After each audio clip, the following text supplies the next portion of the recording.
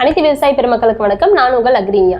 இந்த வீடியோவில் எதை பற்றி பார்க்க போகிறோம் அப்படின்னா, வெங்காயத்தில் வரக்கூடிய இலைப்பேன் தாக்குதலை பற்றி தான் பார்க்க போகிறோம். இலைப்பேன் அப்படிங்கிறது ஒரு வகையான சாரஞ்சு பூச்சிகள். இதோட அறிகுறிகள் எப்படி இருக்கும் அப்படின்னா, இது இலைகளுக்கு மேலே இருக்கக்கூடிய பச்சையத்தை வந்து சுரண்டி சாப்பிட்றதுனால என்னென்ன அறிகுறிகள் ஆரம்பிக்கும் அப்படின்னா, இலைகளுக்கு மேலே வெள்ளை கலரில் வந்து சின்ன சின்னதாக புள்ளியாக வந்து ஃபர்ஸ்ட் வந்து ஆரம்பிக்கும். இலைகள் வந்து நுனியிலிருந்து கருகி போன மாதிரி கீழ் நோக்கி கருகி போய்கிட்டு வரும்.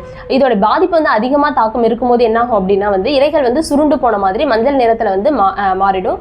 வளர்ச்சி வந்து செடியோட வளர்ச்சி வந்து ரொம்ப வந்து குறைவாக தான் இருக்கும். இதுவே வந்து மகசூல் வந்து எப்படி இருக்கும் அப்படின்னா வந்து நமக்கு வந்து ரொம்ப கம்மியாகவே இருக்கும். இதனால நம்மளுக்கு வந்து அதிகமாக மகசூல் ஈட்ட முடியாது. சரி, இதுக்கு நம்ம என்ன பண்ணலாம் அப்படின்னா, நம்ம தயாரிப்பான இன்ஃபினிட்டி தான் வந்து நம்ம வந்து ரெக்கமெண்ட் பண்ணுறோம். இதில் 5 வகையான நுண்ணுயிர்கள் இருக்குது. Metarhizium anisopliae, beauveria bassiana, verticillium lecanii, verticillium chlamydosporium and nomuraea rileyi. இந்த 5 நுண்ணுயிர்களும் செடிகளில் வரக்கூடிய இலைப்புழுக்களாக இருக்கட்டும், சாரஞ்சு பூச்சிகளாக இருக்கட்டும், வண்டுகளாக இருக்கட்டும் அல்லது நூற்புழுக்களாக இருக்கட்டும், இந்த 4 வகையான பூச்சி தாக்குதலையுமே முழுசாக வந்து கண்ட்ரோல் பண்ணுது. இது எப்படி நம்ம பயன்படுத்தலாம் அப்படின்னா வந்து, ஒரு ஏக்கருக்கு 250 கிராம் இருந்தாவே போதுமானது. 2லேருந்து 4 நாட்களுக்கு தண்ணியில் நல்லா ஊற வச்சு 3 டோஸ் வந்து நம்ம கொடுக்கணும். ஃபர்ஸ்ட் டோஸ் வந்து ஸ்ப்ரே மூலயமா கொடுக்கணும். 2வது டோஸ் மற்றும் 3வது டோஸ் வந்து எப்படி கொடுக்கணும் அப்படின்னா, வேர் சிகிச்சை மூலயமா வந்து நம்ம வந்து கொடுக்கணும். ட்ரிப்பு போட்டிருந்தீங்கன்னா ஈஸியாக சொட்டு நீர் முறையிலே நம்ம வந்து கொடுத்துக்கலாம்.